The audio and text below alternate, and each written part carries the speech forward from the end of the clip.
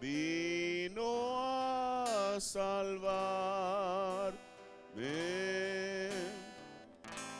y a revelarme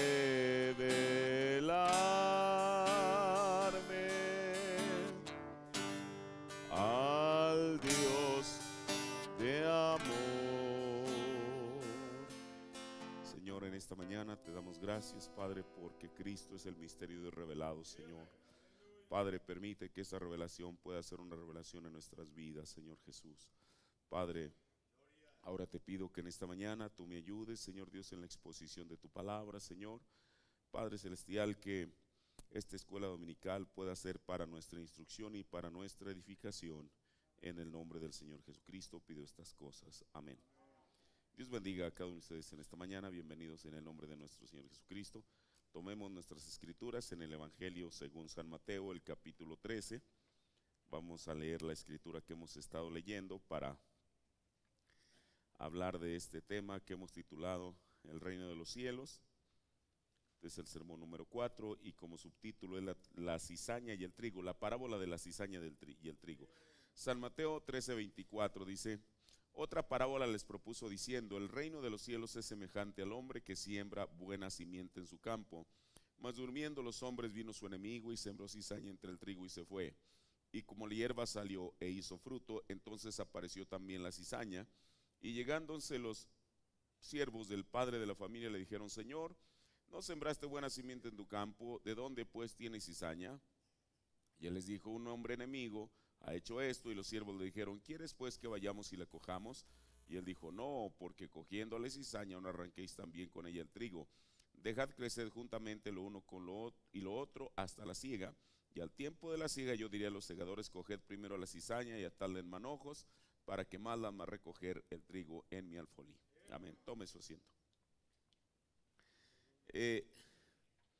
Bueno, en días pasados estábamos viendo lo que esto representa. Cómo es que la cizaña desde un principio fue cizaña y el trigo desde un principio fue trigo, y eso es por predestinación. Veíamos la escritura donde el apóstol Pablo se refiere en el libro de Romanos, el capítulo 9, y él hace mención de Jacob y Esaú. Ahora mire, es natural porque uno no puede contravenir la Biblia, que ambas plantas tienen que crecer en el mismo campo. Y ese campo es el campo del Señor, como ya veíamos en alguna ocasión. O sea, en otras palabras, en la iglesia misma. El asunto es mire, porque muchas veces la persona es dada, claro que nadie que está en su juicio cabal a sí mismo se va a considerar una cizaña. Pero lo que sí puede caer en la tentación es de que la persona misma se considere un trigo y pensar que el otro es cizaña. Y eso, bueno, no debería de ser así. ¿Por qué? Porque muchas veces el Señor le dijo a Samuel que Dios no mira lo exterior, sino que Él mira el corazón. Y el corazón solamente Dios lo conoce. Ahora, por ese motivo uno no debe catalogar a nadie por lo que hace o por lo que se mira.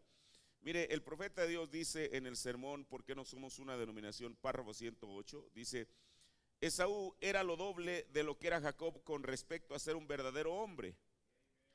Cuidó de su padre ciego y todo lo demás, y Jacob era un picapleitos que se la pasaba pegado al delantal de la madre. Era un niño mimado, pero Dios dijo: a Jacob amé, mas a Esaú aborrecí, antes de que cualquiera hubiera nacido. Así dice Romanos 8, bueno, sabemos que es Romanos 9, exactamente.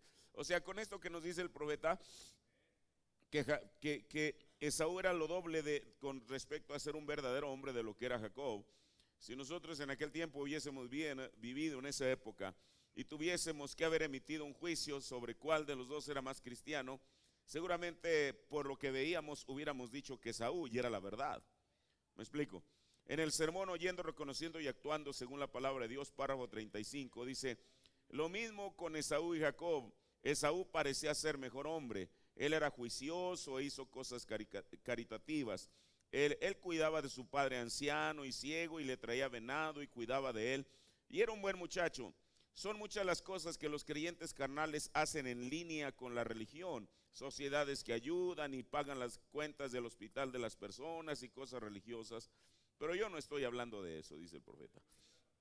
Entonces, con estas citas y con lo que podemos ver en la Biblia, podemos concluir en esto, que el bueno parecía malo y el malo parecía bueno. Entonces, ¿por qué tomo esto? Precisamente porque nosotros, para comenzar, Dios nos ha dado la facultad y seguramente si alguien piensa que tiene esa facultad para decir quién es trigo y quién es cizaña en la iglesia, seguramente se va a equivocar, porque eso solamente está en la potestad de Dios. ¿Me explico? Y yo creo que un cristiano verdadero nunca estaría viendo a ver si él puede, porque como decíamos la otra vez, en alguna ocasión, cuando la Biblia dice, he aquí los que han seguido el camino de Caín, el profeta dijo, creo que es en Día de Victoria, dijo, ¿cuál es el camino de Caín? Dijo, es sacar al hermano del camino para quedarse solo en el camino. Entonces creo que eso es algo yo espero, para terminar en esta mañana, esta parábola del trigo y la cizaña, que nos pueda ayudar. Ahora mire, yo le decía al principio que ambas plantas crecen dentro del mismo campo, o sea, de la iglesia, y son sustentados con los mismos nutrientes del suelo. O sea, ambos disfrutan de una buena atmósfera espiritual y ambos son regados con la misma lluvia, o sea, con el Espíritu Santo. El profeta de Dios, para poder llegar a esta conclusión, usted sabe, en una ocasión estaba en Michoacán, Indiana, y vi a dos personas, uno hablaba en lenguas y otro interpretaba. Y entonces él en su espíritu podía saber que la unción que ambos caían, ambos, era el genuino Espíritu de Dios. Pero después, ya terminando el servicio, fue y lo saludó.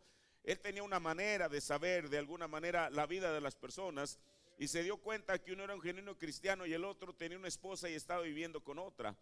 Entonces el profeta, bueno, eso como cualquier persona lo dejaría perplejo, y él se fue muy atribulado, pensando que qué era lo que pasaba. Por un lado, él no quería decir que era el espíritu del diablo que estaba obrando a través de uno y el espíritu de Dios obrando a través de otro, porque él sabía que era el espíritu de Dios el que estaba obrando a través de ambos.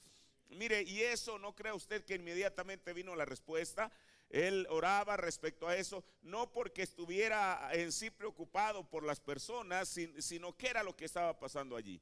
Entonces, una vez estando en Greenville, el Señor le abre la Biblia en Hebreos 6 y le lleva otras escrituras, y una de esas escrituras con las cuales él logró entender esta situación se encuentra en Mateo 5:45. Aquí Jesús está hablando de las bienaventuranzas y luego después dice, para que seáis hijo de vuestro Padre que está en los cielos. ¿Y qué es lo que hace este Padre? Que hace que su sol salga sobre malos y buenos, y llueve sobre justos e injustos. Ahora, esta escritura no es en un sentido literal solamente. Nosotros sabemos que en esta mañana el sol, el astro, rey como se le llama, en esta mañana no solamente está alumbrando sobre las personas buenas, sino aún sobre las personas malas. Y la lluvia que produce la siembra, y la siembra produce cosecha, y la cosecha produce alimento, y el alimento produce el sustento, no solamente cae sobre los buenos, sino sobre todos, porque Dios es justo. Ahora, eso es hablando naturalmente, pero a lo que Jesús se estaba refiriendo, y eso lo sabemos de acuerdo a la revelación del mensaje, es que aquí no era tanto un asunto natural de que el sol alumbre, ilumine a todas las personas que existen en el planeta en esta mañana, o que la lluvia caiga en los países buenos o en los países malos, aunque en todos es una mezcla, sino más bien se está refiriendo a lo siguiente. Mire, en la simiente de discrepancia, en varios sermones, en Hebreos, Corintios, libro de corrección, en los ungidos del tiempo del fin, en la simiente de discrepancia, en muchos sermones, el profeta habló de esto. En el párrafo 16 al 18 dice, y miré y vi delante de mí la tierra dando vueltas, y vi que estaba toda arada. Había un hombre vestido de blanco que iba sembrando trigo, y cuando él hubo desaparecido por la curvatura de la tierra, ahí venía otro hombre con apariencia horrible, y él estaba vestido de negro, y estaba regando semillas de hierba por todos lados. Ambos crecieron, y cuando salieron ambos tenían sed porque hacía falta lluvia. Cada uno parecía como que estaba orando con su cabecita inclinada. Señor, mándanos la lluvia, mándanos la lluvia. Luego aparecieron las nubes y cayó la lluvia sobre ambas plantas. El trigo se levantó y exclamó: oh, gloria a Dios, gloria a Dios.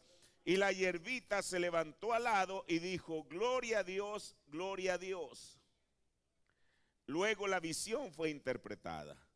Ahora mire, esto que el profeta nos dice, él lo vio una visión y vio cómo es que ambas hierbas. Ahora recuerde, sabemos que el que puso una simiente de predestinación para hacer un trigo es Dios mismo. Y aquel otro sembrador no es algún hermano o alguna hermana en la iglesia, fue Satanás, que también tiene. Esto nos lleva desde antes de la fundación del mundo. Cuando aquellos ángeles creyeron a la mentira de él y fueron engañados por él, y por lo tanto esos espíritus vinieron aquí a la tierra. Por eso le decía, la persona no llega a ser trigo ni siquiera cuando se bautiza, ni siquiera cuando es renacido, ni siquiera cuando recibe el Espíritu Santo. Ya era trigo desde antes de la fundación del mundo. Solamente que vino aquí a la tierra a manifestarse como trigo. La hierba no es hierba el día que hizo la primera maldad o el día que recayó o lo demás. Es porque era hierba desde antes de la fundación del mundo. En esto nada tiene que ver ni el ministro, ni la iglesia, ni la familia, nada absolutamente. Porque muchas veces la gente, para justificar, yo sé que no lo van a reconocer abiertamente, para reconocer que son cizaña, tratan de culpar a Mengano, a Sutano, al Mengano. No, es que yo me fui de la iglesia por esto. Es que, no, hermano, es que sencillamente eso era lo que estaba en la persona. Después de todo, Jesús nunca nos prometió un lecho de rosas. El que pasen cosas en la vida de la persona es parte de la vida misma, del cristianismo mismo. Dice el profeta: luego la visión fue interpretada. La lluvia cae sobre el justo y sobre el injusto. El mismo espíritu puede caer en un culto y todos se gozan, hipócritas, cristianos, todos juntos, correcto. Pero ¿qué es? Por sus frutos son conocidos. Ven ustedes, solo así pueden ser conocidos. Luego usted puede ver, siendo que la avena silvestre y el trigo silvestre y otros granos.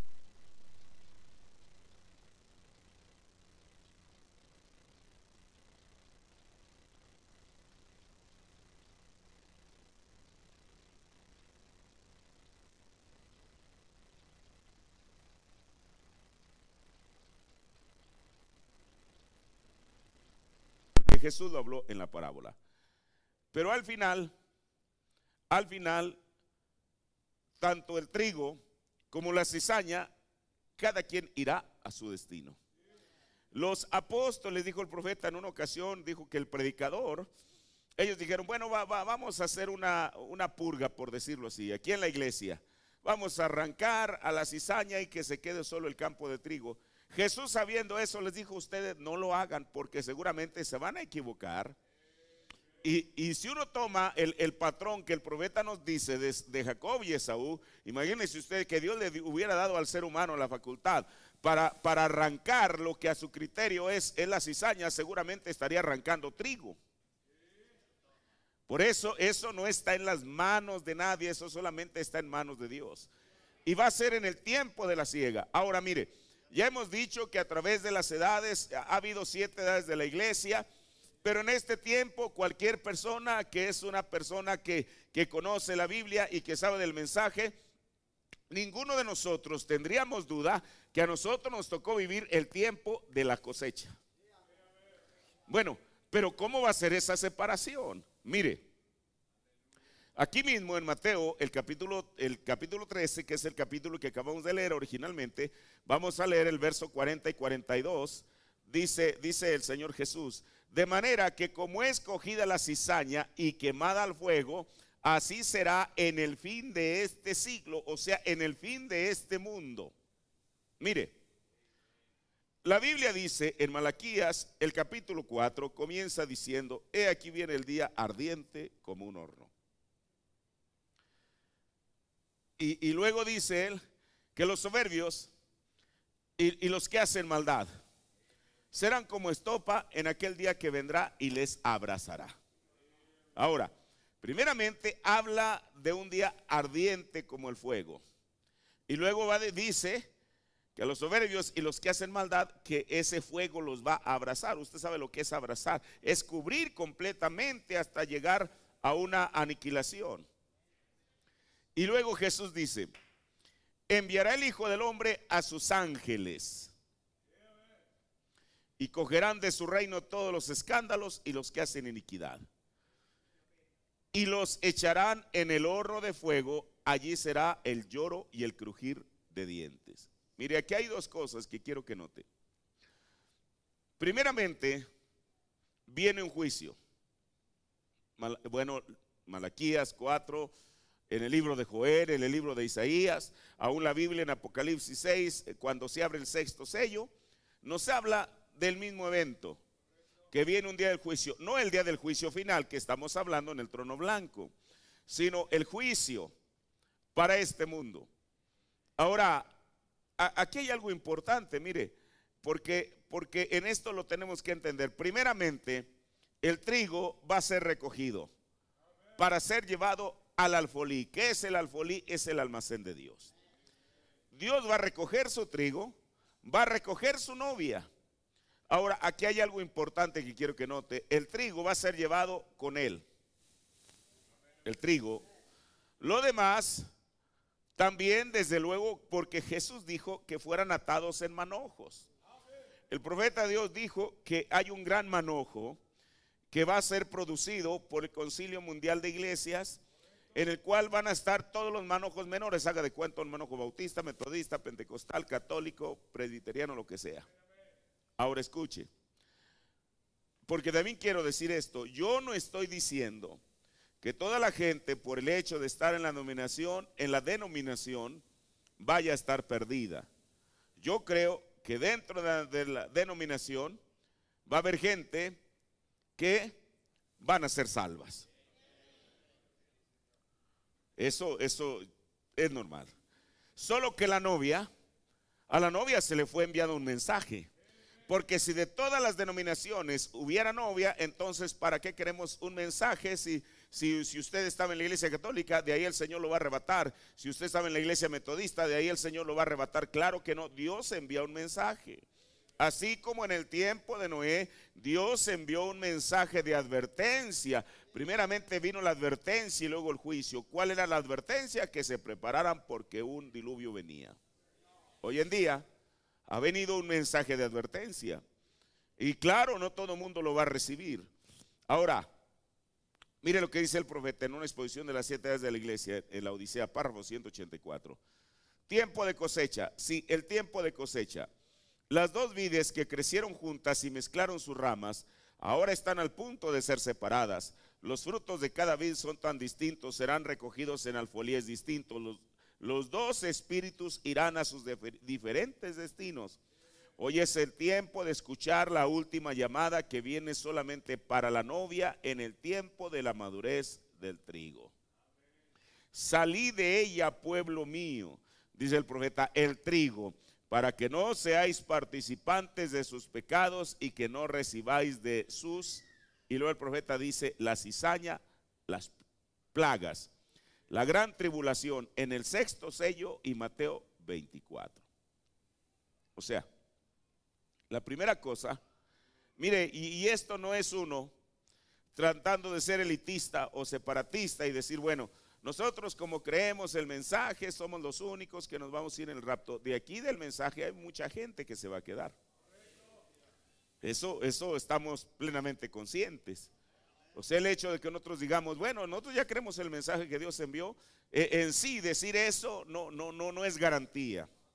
¿Sí me explico? Ahora, ¿por qué? Pero mire, hablando de la cizaña, ella primeramente se queda a la gran tribulación. Y si se queda a la gran tribulación, entonces va a ser consumida por aquel fuego que vendrá y los abrazará, ha dicho Jehová de los ejércitos. Estoy citando Malaquías 4.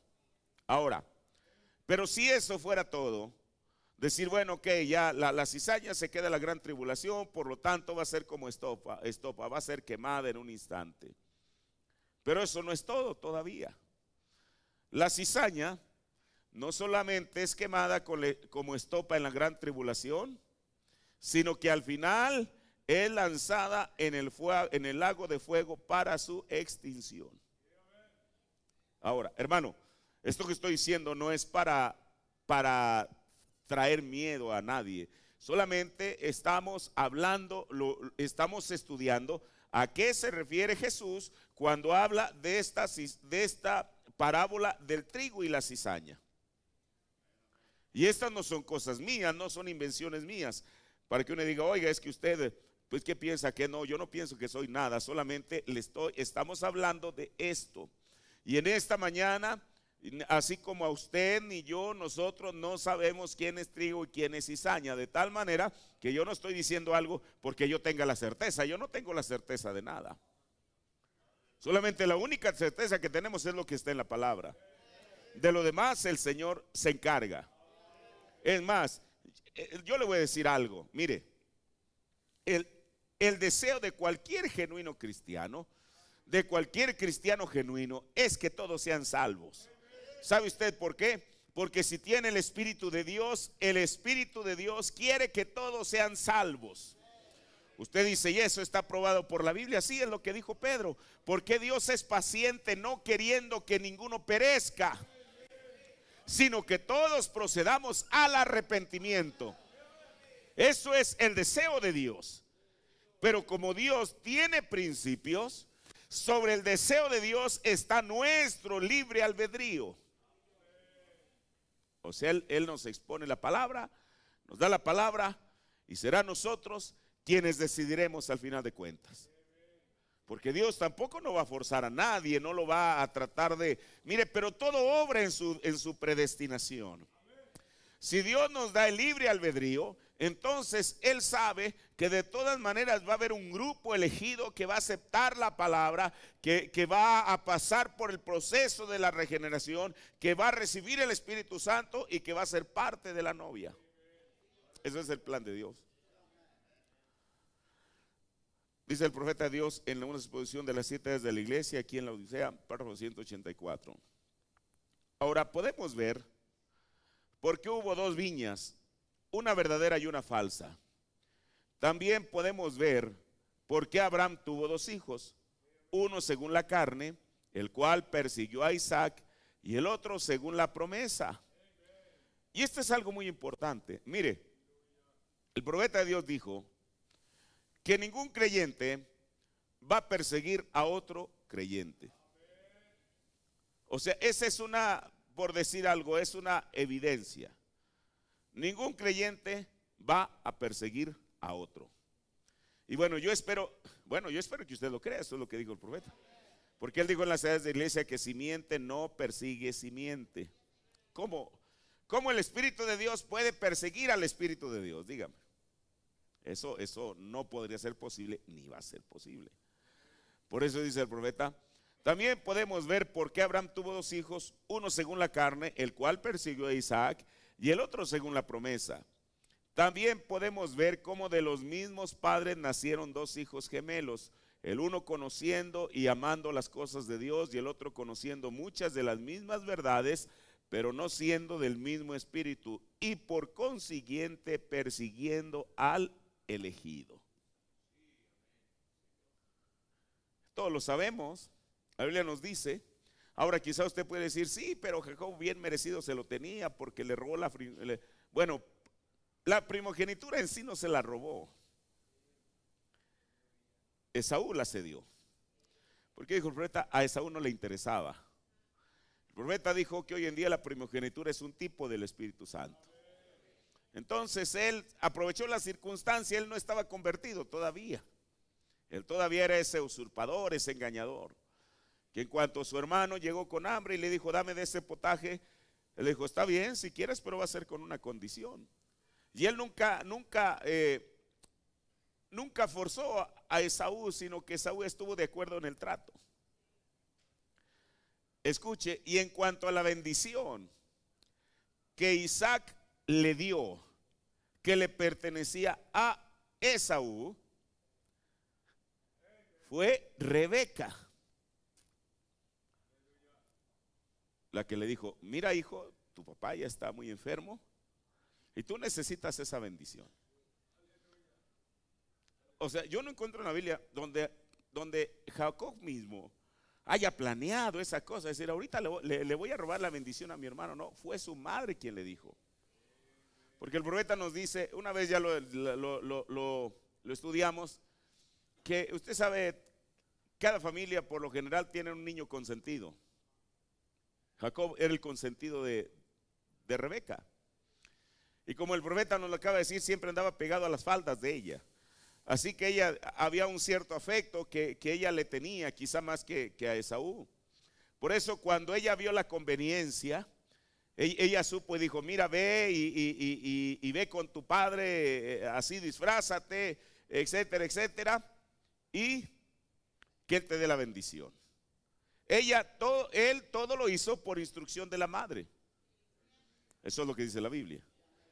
Entonces, cuando Esaú, desde luego, cuando él regresa ya quizás sudado y con aquella pieza de casa para su padre, se dio cuenta que Isaac ya no tenía bendición para él porque ya se la había dado a Jacob. ¿Y eso qué es lo que produce?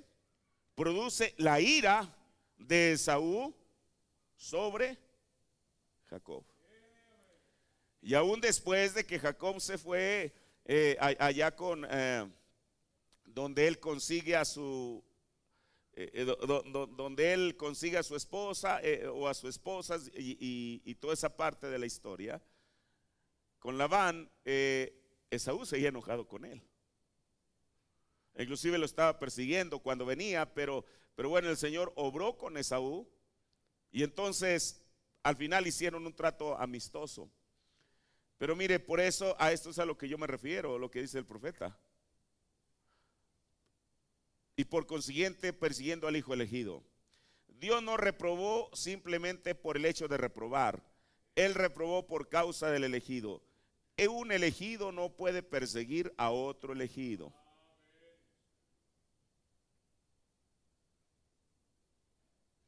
Pero mire, en esto, a veces no tiene que ser precisamente que la persona hable mal de la otra y que usted sabe y que bueno, diga que no lo tolera.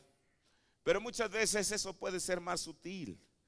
¿Cuántas veces, aún hablando del ministerio, se encargan de reprobar a todo mundo, menos a ellos? Yo al menos nunca haría eso, porque yo no sé, en cualquier congregación, yo sé, en la que sea, Dios tiene sus hijos. Entonces uno como puede a todo el grupo completo, nada más porque en un arranque de soberbia, decir es que todos están acabados, nada más nosotros somos la iglesia verdadera. Un ministro que le diga a usted eso lo está engañando. Pues eso es verdad. ¿Por qué? Porque la vista del ministro no va más lejos que el grupo que tiene. No está mirando más allá, no está mirando el plan de Dios, no está mirando la Biblia para comenzar. Por eso dice el profeta, un elegido no puede perseguir a otro elegido, un elegido no puede dañar a otro elegido. Son los réprobos quienes persiguen y destruyen a los elegidos, y aquellos réprobos son muy religiosos, son muy inteligentes, vienen de la línea de Caín, la simiente de la serpiente, edifican sus torres y sus ciudades y sus imperios y a la vez orando y alabando a Dios. Mire, eso está tremendo, hermano. Le estoy leyendo lo que dice el profeta. Odian la simiente verdadera y harán todo lo posible, aún en el nombre del Señor. Y ahora harán todo lo posible, aún en el nombre del Señor, para destruir a los elegidos de Dios.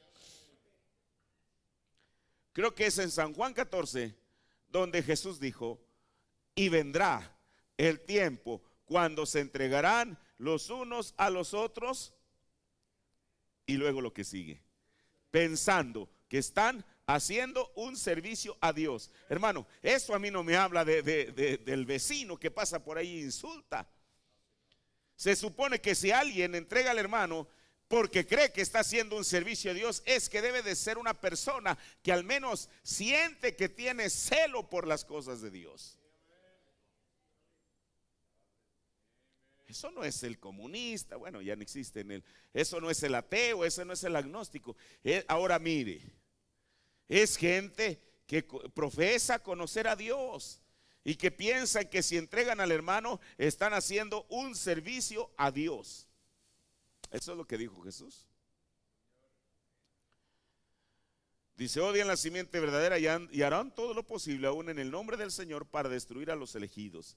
Pero ellos tienen su lugar, son necesarios. ¿Qué tiene que ver la paja con el trigo? Según dice Jeremías 20:28.